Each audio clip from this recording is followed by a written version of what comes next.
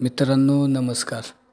आत्ताच दुःखद घटना घडली. बैलगाडा क्षेत्रात एक हळहळ व्यक्त करणारी घटना आज घडलेली आहे मित्रांनो. आपल्या सर्वांचे लाडके रणजित निंबाळकर सर म्हणजेच सर्जा आणि सुंदर बैलाचे मालक यांचं आज पहाटे दुःखद निधन झालेलं आहे मित्रांनो.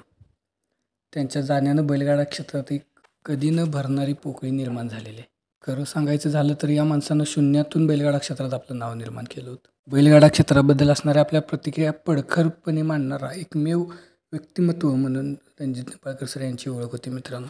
प्रत्येकाशी प्रेमानं बोलणारा आणि प्रत्येकाला आपलंसं करणारा, आपल्या बोलण्याच्या शैलीतून प्रत्येकाचं मन जिंकणारा असा हा माणूस होता मित्रांनो.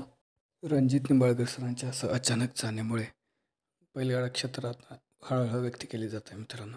जे काही घडलं, जे काही झालं ते अत्यंत दुःखद आणि माणसाच्या मनाला कुठंतरी चटका देऊन जाणारी गोष्ट घडलेली आहे मित्रांनो. कारण की काल हा माणूस आपल्यामध्ये होता, काल हा माणूस आपल्याला मैदानात दिसत होता आणि आज त्याने अचानक एक्झिट घेतलेली. खरं तर रणजित निंबाळकर सर या सगळ्यातून बाहेर यायला पाहिजे होते, परंतु येतीलच ते मान्य नव्हतं आणि सर आपल्यात आता राहिले नाहीत.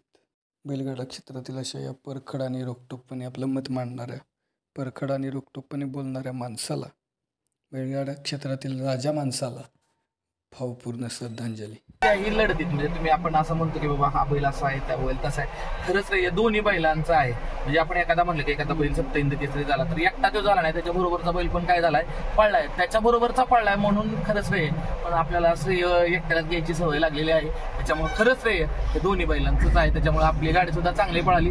दोघांचं मनापासून आभार.